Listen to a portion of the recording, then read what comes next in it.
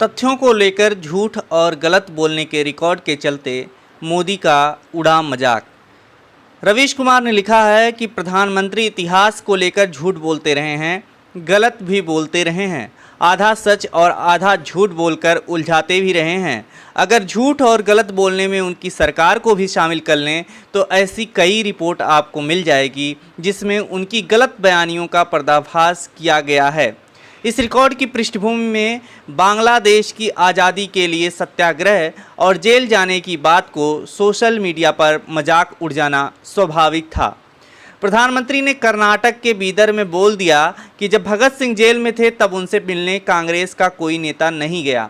तुरंत ही तथ्यों से इसे गलत साबित किया गया और आज तक प्रधानमंत्री ने उस पर कोई सफाई नहीं दी।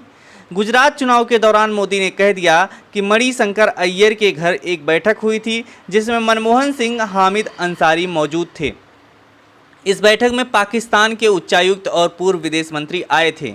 मोदी ने बेहद चालाकी से इसे गुजरात चुनाव से जोड़ा और कहा कि पाकिस्तान कांग्रेस की मदद कर रहा है और अहमद पटेल को मुख्यमंत्री बनाना चाहता है। इस बैठक में पूर्व सेनाध्यक्ष दीपक कपूर भी थे। मोदी ने इसकी भी परवाह नहीं की कि भारतीय सेना के पूर्व प्रमुख दीपक कपूर पाकिस्तान के साथ मिलकर किसी साजिश में शामिल नहीं हो सकते। दीपक कपूर ने कहा था कि उस मुलाकात में गुजरात चुनाव पर कोई बात नहीं हुई। खैर, इस झूठ पर प्रधानमंत्री ने राज्यसभा में माफ़ी मांगी थी। तक्षशिला बिहार में है, यह गलत बयानी थी। वाजपेयी मेट्रो में सवारी करने वाले पहले भारतीय थे, यह भी गलत तथ्य साबित हुआ। कर्नाटक की रैली में मोदी बोल गए कि उन्होंने खाते में सीधे पैसे भेजने की सेवा शुरू की, जबकि इसकी शुरुआत 2013 में हो चुकी थी। यूपी के चुनाव प्रचार में मोदी ने कह दिया कि रमजान में बिजली तो आती थी, दिवाली में भी आनी चाहिए थी। बाद में तथ्यों से पता चला कि यह गलत है। कानपुर में रेल दुर्घटना हुई थी तो आईएसआई से जोड़ दिया, जिसे यूपी के पुलिस प्रमुख ने खारिज किया था। इसकी रिपोर्ट आ गई है, आप खुद सर्च करें। ऐसे अनेक उदाहरण आपको ऑल्ट न्यूज़ से लेकर के तमाम मीडिया रिपोर्ट में मिलेंगे। यहाँ तक कि 15 अगस्त के भाषणों में भी तथ्यों की विसंगतियाँ उजागर की जाती रही हैं। रवीश कुमार ने आगे लिखा है, ये नरेंद्र मोदी का रिकॉर्ड है। ऐसे में बांग्लादेश की आज़ादी के समर्थन में सत्याग्रह करने और जेल जाने की बात का मजाक उड़ाना कोई आश्चर्य की बात नहीं है और न ही पत्रकारिता की नाकामी है। पहले भी इसी पत्रकारिता ने उनसे झूठ और गलत बयानी को पकड़ा है जिस पर कोई जवाब नहीं आया और उन कामों को भी मोदी विरोध के खांचे में फिट कर किनारे कर दिया गया था। इस चालाकी को भी समझा जाना चाहिए। प्रधानमंत्री के राजनीतिक नेतृत्व के नीचे इतिहास का क्या हाल किया गया है और नेहरू के इतिहास को किस तरह कलंकित किया गया है बताने की जरूरत नहीं है। मोदी के राज में पत्रकारिता का क्या हाल हुआ है, उनके लिए पत्रकारिता के नाम पर छूट मांगने से पहले इसे अनदेखा नहीं किया जा सकता। यह बात सही है कि बांग्लादेश के निर्माण को लेकर उस वक्त देश में एक माहौल था। उस समय की रणनीति और राजनीति को समग्र रूप से देना यहाँ संभव नहीं है और ना ही सभी जानकारी हैं। जनसंघ ने बांग्लादेश को मान्यता देने के आंदोलन का समर्थन किया था। संघ ने भी, शेषाद्रिचारी ने दी वायर में लिखा है और वायर ने छापा है। शेषाद्रिचारी ने लिखा है कि बांग्लादेश का बनना संघ के अखंड भारत की सोच की जीत थी। इस लेख में भी सत्याग्रह का जिक्र नहीं है। हो सकता है लेखक से छूट गया हो या उन्होंने इसे महत्वपूर्ण न समझा हो, मगर चारी ने लिखा कि उस समय संघ और जनसंघ ने कई बड़े प्रदर्शन और मार्च किए थे। मुमकिन है कि सत्याग्रह के बारे में अलग से जिक्र करने की जरूरत ना हुई हो। अगर उन्हें मौजूदा प्रधानमंत्री के जेल जाने की बात का इल्म होता तो वे वाजपेयी की भूमिका के साथ मोदी के जेल जाने के संयोग का जरूर जिक्र करते।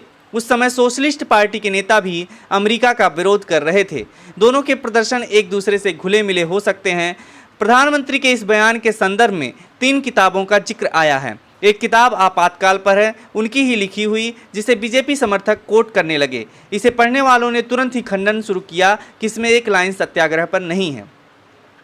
फिर गुजरात की वरिष्ठ पत्रकार दीपल त्रिवेदी ने ट्वीट किया कि एंडी मैरिनो मोदी के आधिकारिक जीवनीकार हैं। उनकी जीवनी में एक लाइन सत्याग्रह और जेल पर नहीं है। दीपल ने पहली 2 किताबों के बारे में कहा है, मैंने दोनों किताब नहीं पढ़ी है। रवीश कुमार आगे लिखते हैं कि तीसरी किताब नीलांजन मुखोपाध्याय की है। यह किताब एंडी मैरिनो की जीवनी से पहले आई थी। यह भी जीवनी ही है। इस किताब में मोदी ने सत्याग्रह और जेल जाने की बात की है, उन्हीं का दावा है। इस प्रसंग के पैराग्राफ में मोदी कहते हैं कि अमेरिकी दूतावास के सामने विरोध करने कई दलों के नेता गए थे। जॉर्ज फर्नांडीज भी थे। इनकी सत्यता के प्रमाण अभी तक किसी ने पेश नहीं किए हैं। प्रदर्शन हुआ होगा, दूतावास के सामने प्रदर्शन करने पर गिरफ्तारी हो सकती है, भले ही आप भारत सरकार के समर्थन में ही करें। अब मोदी जेल गए या नहीं, इसे लेकर मजाक उड़ रहा है तो कोई तिहाड़ जेल में आरटीआई लगा रहा है। यह भी अजीब है कि मोदी आधिकारिक जीवनी में सत्याग्रह की बात नहीं करते हैं, जेल की बात नहीं करते हैं, लेकिन दूसरी किताब में करते हैं। एक चौथी किताब लैंस प्राइस की है, इसे मैंने नहीं पढ़ी है, इसलिए कह नहीं सकता कि इसमें क्या है। ना ही इस किताब को पढ़ने वाले किसी पत्रकार की बात मेरी नज़र से गुजरी है। आपकी नज़र से गुजरी हो तो बता दीजिए। 2015 का एक वीडियो बयान सोशल मीडिया पर चल रहा है जिसमें मोदी इस सत्याग्रह की बात कर रहे हैं। पत्रकार शेष नारायण सिंह ने लिखा है कि वाजपेयी के आह्वान पर जनसंघ ने बांग्लादेश के लिए सत्याग्रह किया था, जहां उनका आधार मजबूत था, वहां पर धरना प्रदर्शन हुआ था। उनके जानने वाले लोग भी यूपी से दिल्ली गए थे प्रदर्शन में हिस्सा लेने। एसोसिएट प्रेस का एक वीडियो वायरल हो रहा है जिसमें पीले रंग का झंडा लिए लोग दिल्ली में प्रदर्शन कर रहे हैं। शायद यह जनसंघ का झंडा था। पुलिस से धक्का मुक्की हो रही है। जाहिर है इतने अंतर विरोधों के बीच मजाक उड़ना और सवाल उठना लाजमी है। प्रधानमंत्री का कौन सा बयान झूठ है और कौन सा है सच, इसे लेकर सतर्क रहने की जरूरत है। मजाक उड़ाने से पहले भी और बाद में भी, क्योंकि झूठ बोलकर निकल जाने और कुछ ऐसा बोल देने जिसे लोग झूठ समझ लें, दोनों ही खेल में नरेंद्र मोदी माहिर हैं।